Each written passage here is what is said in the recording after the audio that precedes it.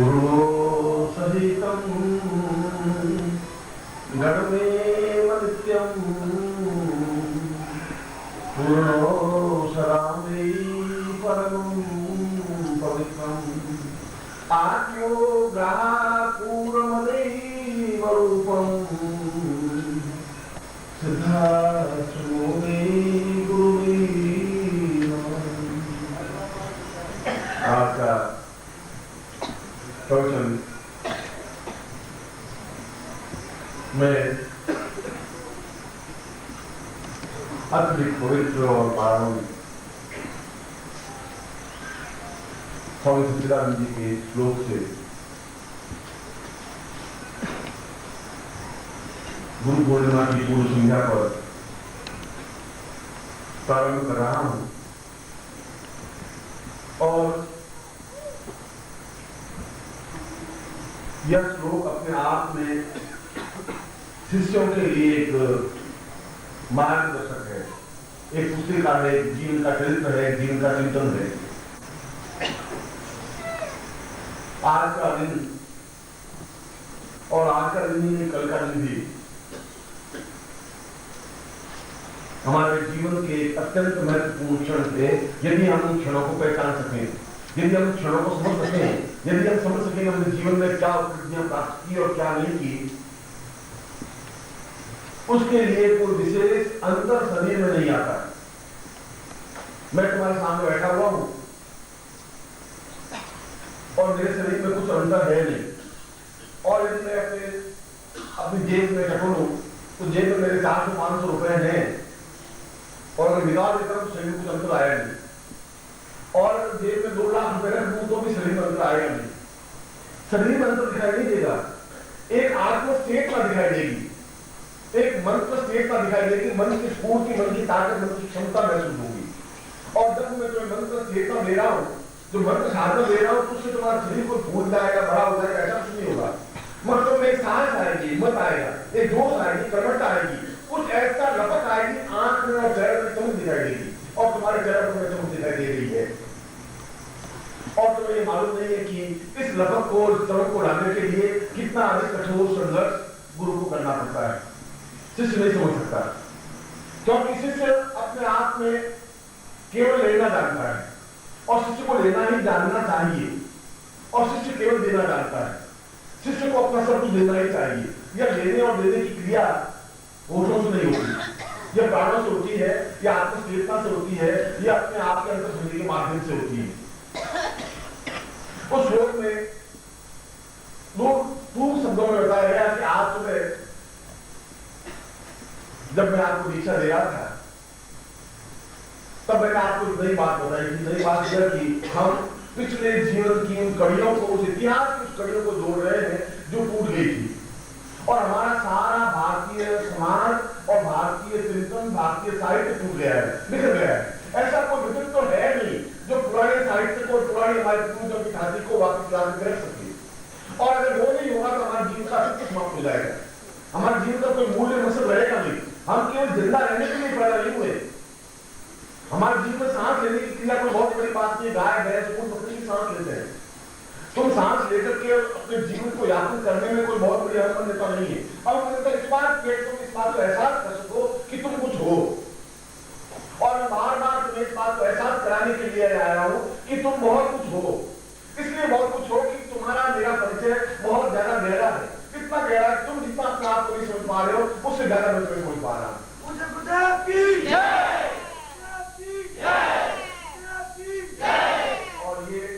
और ये संबंध अगर दूसरा कोई पड़ोसी तुम्हें थोड़ी सी आंख टेढ़ी करके कह दे तो उसका आंख थोड़ी सी तैयार हो जाओगे, गला पकड़ लोगे, लग गड़ा कर लोगे, मारपीट कर लोगे। और मैं तुम्हें तुमसे परिचित नहीं भी और पहली बार आए हो या दूसरी बार आए हो, मैं तुम्हें डांटता हूँ, फटकारता हूँ, उल्टा सुल्टा बोल जाता हूँ, उसके बाद तुम्हारे चेहरे पर मुस्कुराहट बनी रहती है। इसका मतलब तुम्हें क्रोध नहीं आता, कोई कारण है, कोई रीजन है। मेरे संबंध इस जीवन के नहीं है, इस जीवन के तुम्हारे मेरे संबंध तुम अच्छी तरह मुझे पहचान नहीं पाए, इस शरीर से तुम पहचान नहीं पाओगे, इस शरीर में वो क्षमता नहीं, आंखों में वो ताकत है नहीं। और उन जीवन को, उस चिंतन को समझने के लिए तो पिछला जीवन देखना पड़ेगा, अपने पिछले जीवन में जाना पड़ेगा। और मैं तुम्हें पिछले जीवन की कड़ियों से जोड़ रहा हूं। आज मैं जोड़ा तब मैं पूरे 800 वर्षों के समय इतिहास को जोड़ रहा था, तुम्हारे इतिहास को जोड़ रहा था, शंकराचार्य के इतिहास को नहीं जोड़ रहा था। शंकराचार्य तो एक जीवन का कार्य किया, तो शंकराचार्य उसमें सन्यासी शिष्य बनने के बाद गुरु बनने बैठा है, अंदर इतना ही आया, उससे ज्यादा अंदर नहीं आया। मगर उस समय उसके मन में एक कचोट वेदना थी कि मुझे कुछ करना है, क्योंकि उससे पहले भी 800 वर्षों से पहले इतिहास संबंध टूटा हुआ था। और आज मैं अगर मेरे जीवन की छटपटाहट है, कुछ वेदना है, मेरे जीवन की कुछ अंत दुनिया, तो केवल यह है कि हमारे पूर्वजों का जो कुछ ज्ञान है, जो कुछ शिक्षिता है, जो कुछ है, वह सब कुछ पन्नों पर उतरता है, कागजों पर उतरता है। तो मैं हृदय पर लिख दूं, मैं अच्छी तरह से कलम से लिख दूं, कागज के ऊपर लिख दूं, वे मिट नहीं सकते। कागज गल सकते हैं, किताबें गल सकती हैं, क्यों किताबें गल गई। किताबों में तार पत्रों पर, भोज पत्रों पर लिखी हुई सारा कागज ग्रंथ मुगलों ने खत्म कर दिया, आज का युग समाप्त कर दिया। मगर मैं उस प्रकार की गलती वापस नहीं करूंगा जो शंकराचार्य ने गलती कर दी। शंकराचार्य ने गलती यह कर दी कि उन्होंने ग्रंथों में लिखा, और मैं तुम्हारे प्राणों में लिखने की कोशिश कर रहा हूं।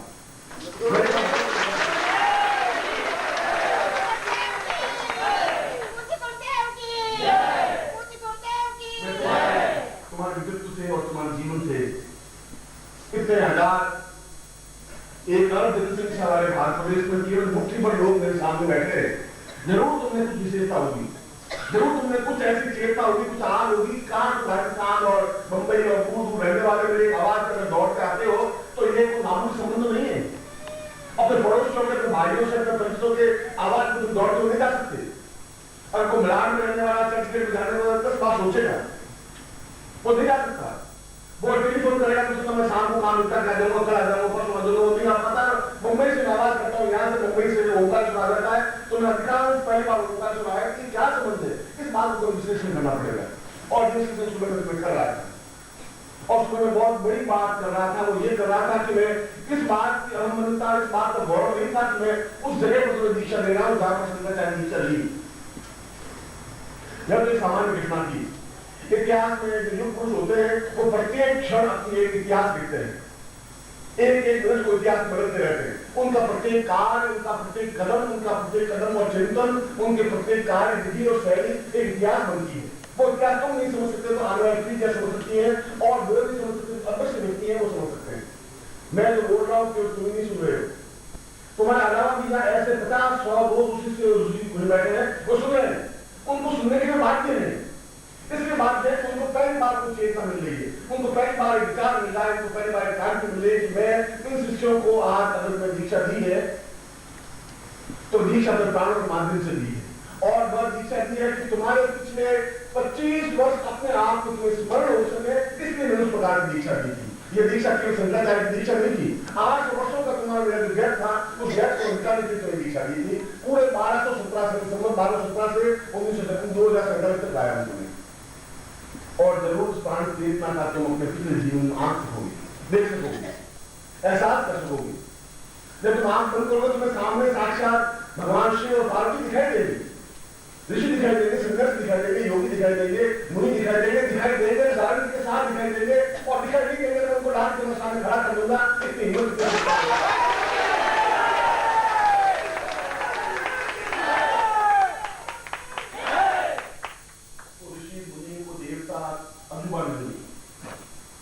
कोई ऐसी अद्भुत नहीं, अद्भुत विद्युत नहीं है, कोई ऐसी चीज नहीं है। मन का विनाश देवता, मंत्र और शब्द सबसे ऊपर है। ब्रह्म को मंत्र कहा गया है, और मंत्र को ब्रह्म से ऊपर कहा गया है। जहां रहस्य है भगवान शिव और पार्वती का, वहां पर शब्द है, और जहां शब्द है वहां पर अपने आप जीवन की उत्पत्ति है। और उस जीवन की उत्पत्ति से देवताओं की रचना हुई है, उस जीवन की उत्पत्ति से राक्षसों की रचना हुई है, और मनुष्यों की रचना हुई है। इसलिए तुम्हें और देवताओं में बहुत बड़ा अंतर नहीं है। अंतर इतना ही तुम्हें जीवता नहीं है, प्राण नहीं है, तुम्हारे अंदर धड़कन नहीं है, तुम्हारे अंदर स्फुरण नहीं है, तुम्हें वो आग और लपट नहीं है जो कुछ होनी चाहिए। और जब मैं दीक्षा ले रहा था तो एक घटना थी, क्योंकि मैं तुम्हें फिर कह रहा हूं तुम उस घटना को नहीं समझ पाए। और मैं तुम्हें कह रहा हूं कि और भी सैकड़ों ऋषि योगी संध्या पढ़ के देख रहे थे कि क्या हो रहा है, ऐसा क्यों हो रहा है। और मैं कह रहा हूं ऐसा होगा। जिन एक ही बात की है वो कह रहे ऐसा नहीं हो सकता। मैं कह रहा हूं मैं इनको पूर्ण रूप से योगियों से बना के छोड़ूंगा नहीं। और ये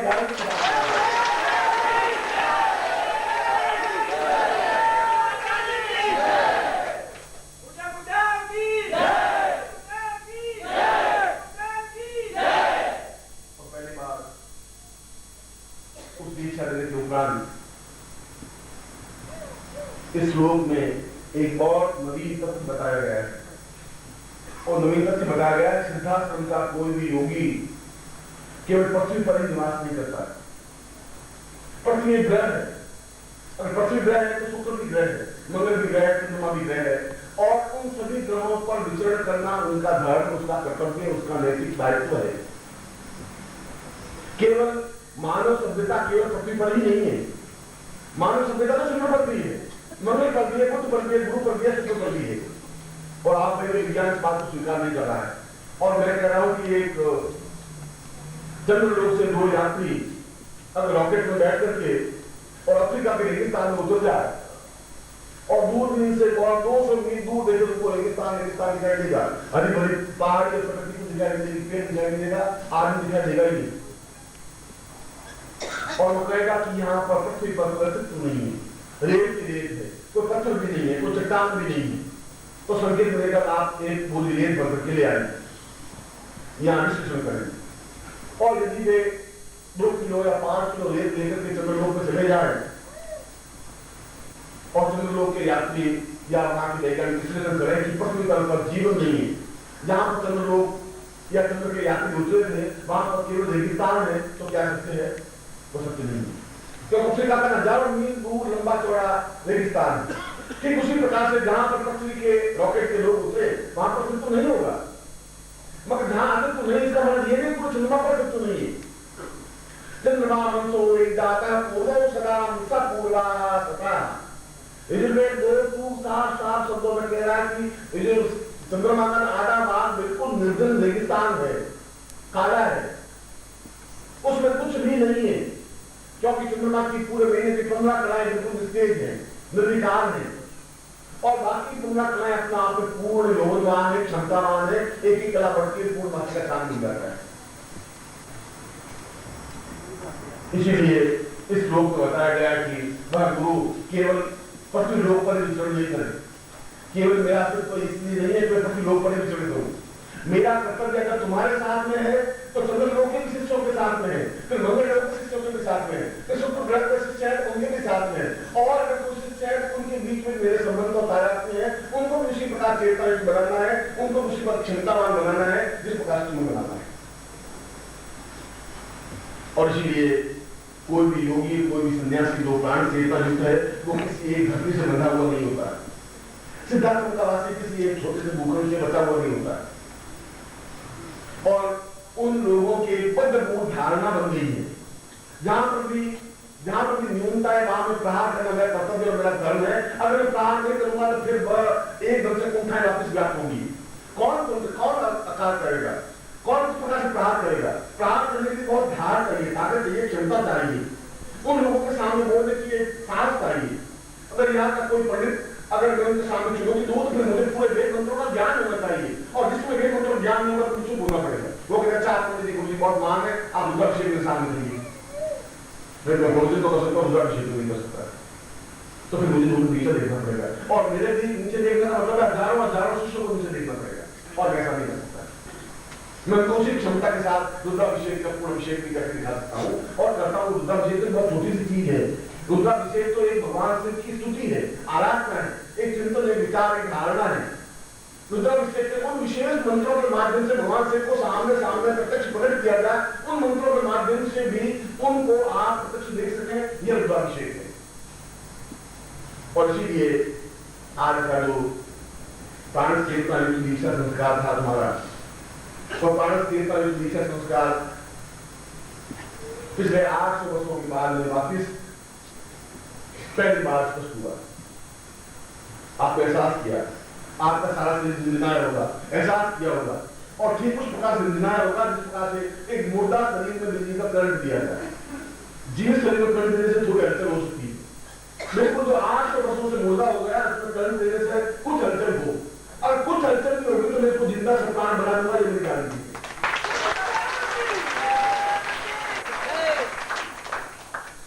और पिछले 2 वर्षों में मैंने तुम्हें चेतना देखी, मुझे बहुत गर्व और फख्र के साथ कह सकता हूं तुम्हें ताकत है, तुम्हें क्षमता है, तुम्हें बुद्धि भी है, कायरता भी है, तुम समाज से संघर्ष नहीं कर पा रहे, तुम्हें परिवार से जो दूर की क्षमता होनी चाहिए, संघर्ष करने की क्षमता होनी चाहिए, वो है, ये तुम्हारी न्यूनता है कि तुम्हें जो श्रद्धा भाव होना चाहिए वो नहीं है। यदि तुम्हारी न्यूनता है तुम समर्पण भाव से जिस प्रकार से समर्पण कर सको नहीं कर सको, ये तुम्हारी न्यूनता है, मगर ये छोटी मोटी न्यूनता है। मूल न्यूनता जो है तुम्हारा शरीर अपने आप में तेजस्विता युक्त बन सके, और वह तेजस्विता युक्त बनने के लिए एक विशेष ताकत, एक विशेष क्षमता, एक विशेष ऊर्जा की जरूरत है, और वह ऊर्जा उस विशेष स्थानों पर ही हो सकती है। और सीधे तुम्हें ओंकार सुनाने के पीछे मेरा मकसद, मेरा चिंतन इतना ही था।